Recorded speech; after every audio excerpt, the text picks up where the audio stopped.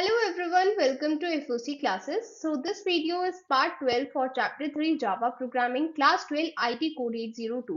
Last part में हमने if else statement को कंप्लीट किया था एंड आज की वीडियो में हम स्विच स्टेटमेंट को कंप्लीट करने वाले हैं. So let us start the video.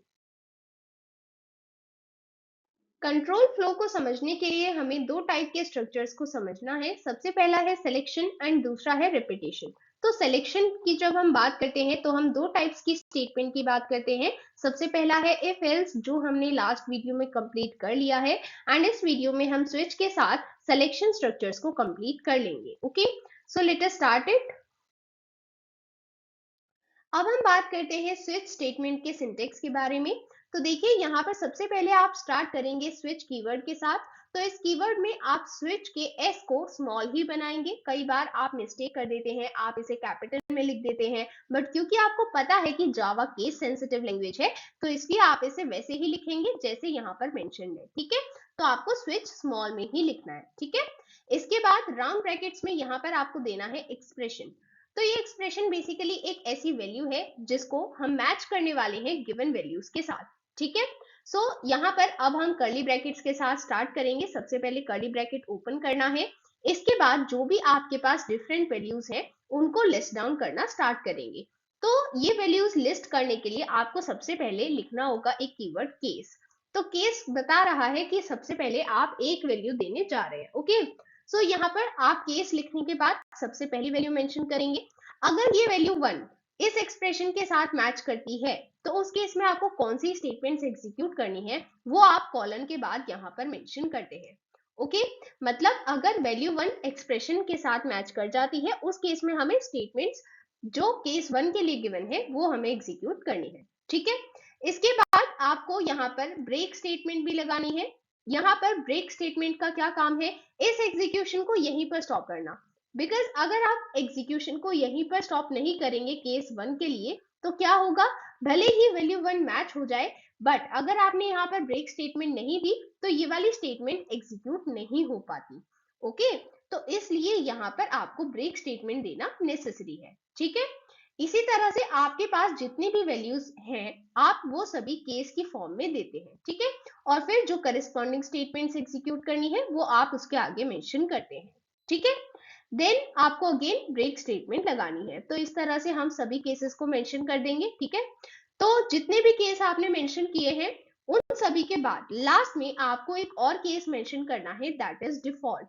तो ये डिफॉल्ट क्या है, डिफॉल्ट बेसिकली एक ऐसा केस है जो ये बताता है कि अगर आपकी गिवन वैल्यूज में से कोई भी वैल्यू एक्सप्रेशन के साथ मैच नहीं करती तो उस केस में कौन सी स्टेटमेंट्स एग्जीक्यूट होंगी ये हम डिफॉल्ट पार्ट में लिखते हैं. ठीक है, तो डिफॉल्ट पार्ट इसलिए लिखना जरूरी है सो दैट अगर कोई भी वैल्यू मैच ना हो तो उस केस में इन वाली स्टेटमेंट्स को एग्जीक्यूट कर दिया जाए. ठीक है, एंड अगेन इसके बाद आप ब्रेक स्टेटमेंट प्रोवाइड करेंगे. ठीक है, and then at last curly bracket को क्लोज करेंगे. ठीक है, कुछ स्टूडेंट्स का ये डाउट है कि मैम अगर यहाँ पर ब्रेक स्टेटमेंट नहीं गिवन होगी तो क्या होगा. तो देखिए उस केस में भी ये स्टेटमेंट्स एग्जीक्यूट हो जाएंगी अगर डिफॉल्ट पार्ट एग्जीक्यूट होगा तो. ठीक है, तो मतलब यहाँ पर ब्रेक स्टेटमेंट है या फिर नहीं उसकी वजह से प्रॉब्लम नहीं आएगी, बट यस बाकी सभी में नेसेसरी होता है. ओके, सो आई होप आपको सिंटेक्स क्लियर है. अब हम कुछ ऐसे पॉइंट्स की बात करते हैं जो आपको स्विच स्टेटमेंट से रिलेटेड याद रखने हैं. ओके,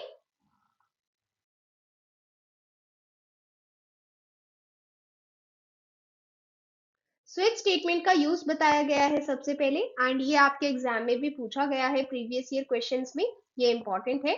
सो यहाँ पर हमें बताया गया है स्विच स्टेटमेंट को तब यूज किया जाएगा जब हमारे पास मेनी पॉसिबल वैल्यूज है, मतलब हमारे पास एक एक्सप्रेशन है जिसे हमें कंपेयर करना है बहुत सारी वैल्यूज के साथ और फिर जो भी वैल्यू मैच करेगी उसी के करेस्पॉन्डिंग ब्लॉक ऑफ कोड को मीन स्टेटमेंट्स को एग्जीक्यूट करना है. ठीक है, तो जब हमारे पास बहुत सारी वैल्यूज है मैच करने के लिए तब हम ये स्विच स्टेटमेंट यूज कर सकते हैं. ठीक है, सो नेक्स्ट ब्रेक स्टेटमेंट का यूज बताया गया है. ब्रेक स्टेटमेंट का यूज एग्जाम में भी पूछा गया है, सो ये काफी इंपॉर्टेंट है. The break statement after each case group terminates the switch and causes execution to continue to the statements after the switch. मतलब अगर सपोज करिए आपका कोई भी ऐसा केस है जिसकी वैल्यू एक्सप्रेशन के साथ मैच करती है तो उस केस में हमें पता है कि उसके करस्पॉन्डिंग स्टेटमेंट्स को एग्जीक्यूट करना है। बट अगर आपने वहां पर ब्रेक स्टेटमेंट का यूज नहीं किया होगा तो वो स्टेटमेंट एग्जीक्यूट नहीं हो पाती। इसलिए ब्रेक स्टेटमेंट का यूज करना नेसेसरी है, सो दैट ये स्विच यहीं पर एंड हो पाए एंड आगे प्रोसीड ना करे। ठीक है, तो इसलिए हम यहाँ पर ब्रेक स्टेटमेंट का यूज करते हैं। Okay, then if there is no match for the expression with any case group, मतलब जो वैल्यूज हमने प्रोवाइड की हैं वो सभी केसेस के फॉर्म में होती है। तो अगर किसी भी केस के साथ कोई वैल्यू मैच नहीं की है, एक्सप्रेशन मैच नहीं किया है, उस केस में कौन सी स्टेटमेंट्स एग्जीक्यूट होती हैं? That is default part. ठीक है, तो जो डिफॉल्ट पार्ट में गिवन होंगी स्टेटमेंट्स वही एग्जीक्यूट होती हैं। ओके, देन जो हमने एक्सप्रेशन लिखा था स्विच स्टेटमेंट में, उसके सिर्फ 4 ही डेटा टाइप्स पॉसिबल हैं, बाइट, शॉर्ट, इंट और कैर। तो ये एक टाइप का लिमिटेशन है स्विच स्टेटमेंट के लिए कि यहाँ पर हम सिर्फ यही 4 डेटा टाइप्स के एक्सप्रेशन यूज कर सकते हैं, एंड अगर और कोई डेटा टाइप होगा तो उस केस में हमें एरर शो हो जाएगा। अंडरस्टूड? सो ये सभी पॉइंट्स बहुत इंपॉर्टेंट हैं एंड आपके एग्जाम में पूछे गए हैं। ओके, सो ये सारे ही पॉइंट्स आपको लर्न करने हैं। ओके,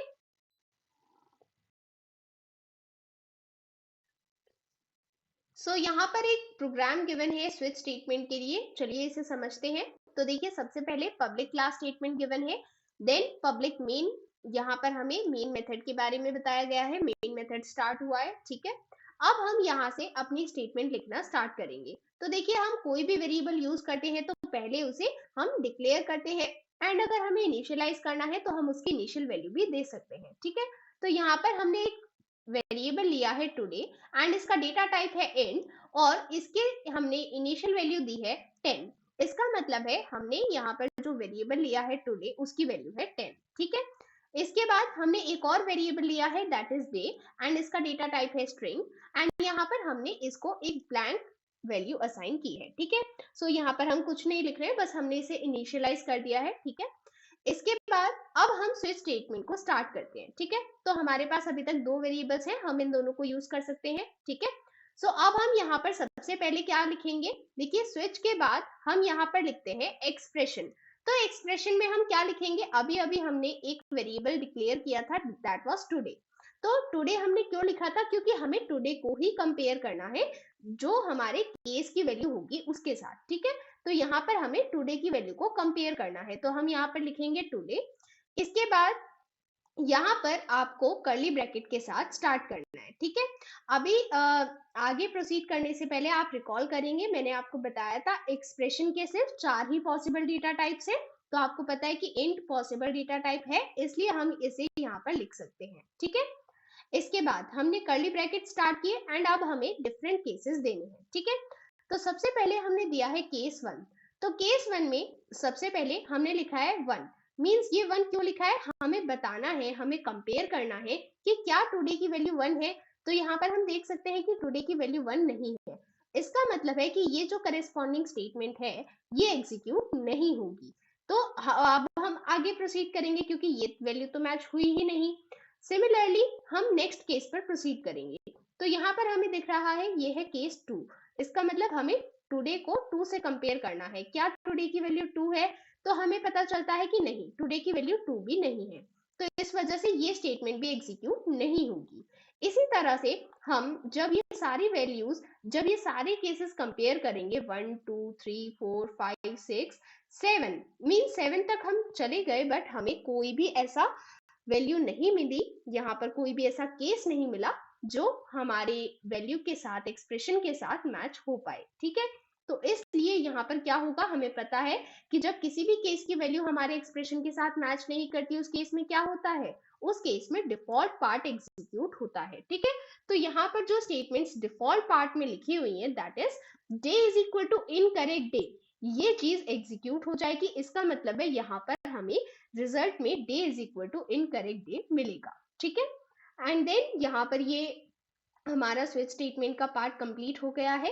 ठीक है, अब इसके बाद हमने लिखा है system dot out dot print L N day. तो ये डे क्यों लिखा? क्योंकि हमें ये वैल्यू प्रिंट करनी है, जो भी वैल्यू हमें मिलेगी वो चीज हमें प्रिंट करनी है। तो यहाँ पर हमने लिखा है डे, तो इसका आंसर हमें क्या मिलेगा? हमें इसका आंसर मिलेगा इनकरेक्ट डे। क्यों मिलेगा ऐसा answer?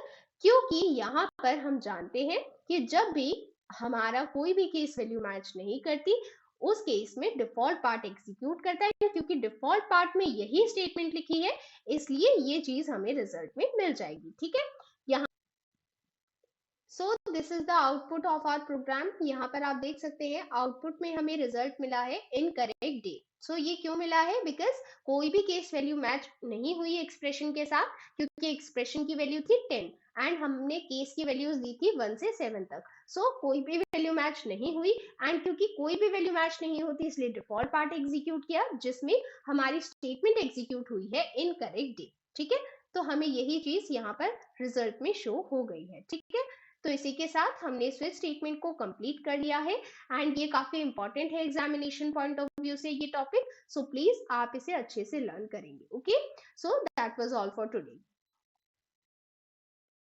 If you want to purchase Class 12 all-in-one book or sample paper book for IT Code 802 Information Technology CBSE Board Exam, the links are given in the description. Books are available on Amazon as well as on direct order. You can order via WhatsApp on given number.